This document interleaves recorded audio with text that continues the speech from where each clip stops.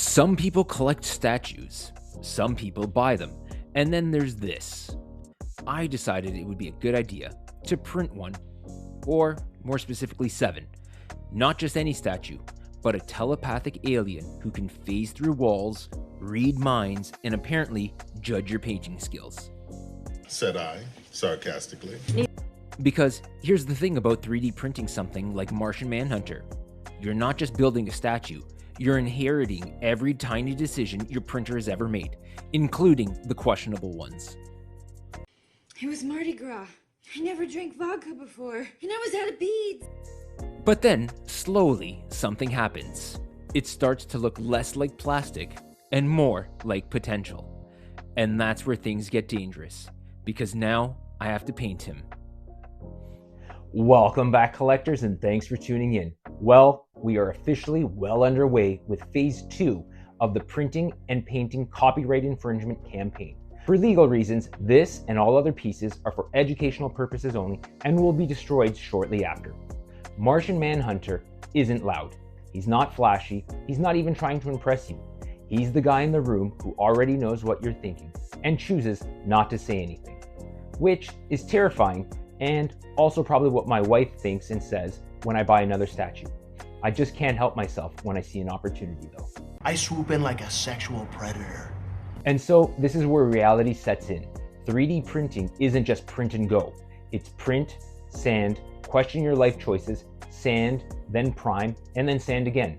And then you convince yourself you're enjoying it because you're not right in the head. You're the worst kind of autistic. So for this particular video, I will highlight some of the painting process, but will not focus too intently on the actual painting and preparation aspect. I'll focus more on the review of the statue. Now, let's get into it.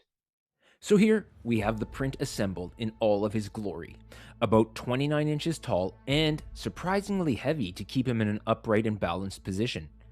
This piece has incredible textures and depth while highlighting 2 of Martian Manhunter's powers, namely his ability to fly and shapeshift with his enormous doomsday arm. We begin the entire process with the mandatory taping and bagging most of the statue. That way we can paint the boots and the enormous cape. I actually utilized a royal blue spray paint can since the sheer size of this portion would have taken forever with an airbrush. Once the cape was dried, I was able to reverse the taping job and move forward onto the arm and body. To be honest, I was actually surprised at how perfect of a green I was able to find for this piece. It's called Intermediate Green by Vallejo. Following that, I have a quick little picture of the base all done up. I didn't want to go into too many specifics here. I aimed to keep the statue himself as comic accurate as possible while plunging the base into an amalgamation of stone, tech, and metallic undertones. I really admired the fusion the sculpture envisioned and feel it functioned perfectly well with Martian Manhunter without distracting from the actual sculpt. Maybe you can shut your dick holster. Just for fun, I'll throw in a quick pic of the new paint booth setup. That's right, this here is the Amazon special spray tanning booth in full effect. And believe it or not, it functioned perfect with my air purifier to not paint the entire house. That way I can sleep well. I'm gonna sleep like a baby. A horny baby. To be completely honest, this piece had great detail, but it was remarkably easy to paint and complete. The majority of the time spent on him was adding slight shadows, vein work, and highlights to my personal taste. He really shines from every angle.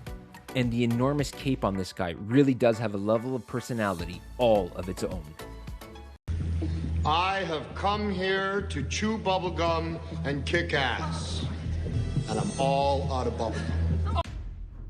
And here we have the Comic Statues Unleashed 360-degree vantage point. What makes Martian Manhunter so fascinating isn't just the power, it's the restraint behind it. This is a character who could overpower almost anyone in the DC universe, yet constantly chooses control over chaos. And honestly, that's what made this piece so fun to create. With 3D printing, you're not just assembling parts, you're slowly watching an idea become physical. Layer by layer, detail by detail, something that once existed only on a screen suddenly has presence in the real world. And with this paint approach, I wanted him to feel calm, powerful, almost statuesque, like an alien guardian standing completely still, but capable of incredible force at any moment. The greens, the cool blues, the subtle lighting shifts, everything here was meant to reinforce that feeling. Not noise, not spectacle, just presence. And I'll just highlight real quick how I haven't decided to set him up in the display, surrounded by Batman and Doomsday while levitating on an invisible hidden pedestal. He's actually scaled perfectly well with them. Get a clue, Steve. John Jones is one of the last survivors of Mars, a telepath, shapeshifter, and one of the most powerful beings in the DC history.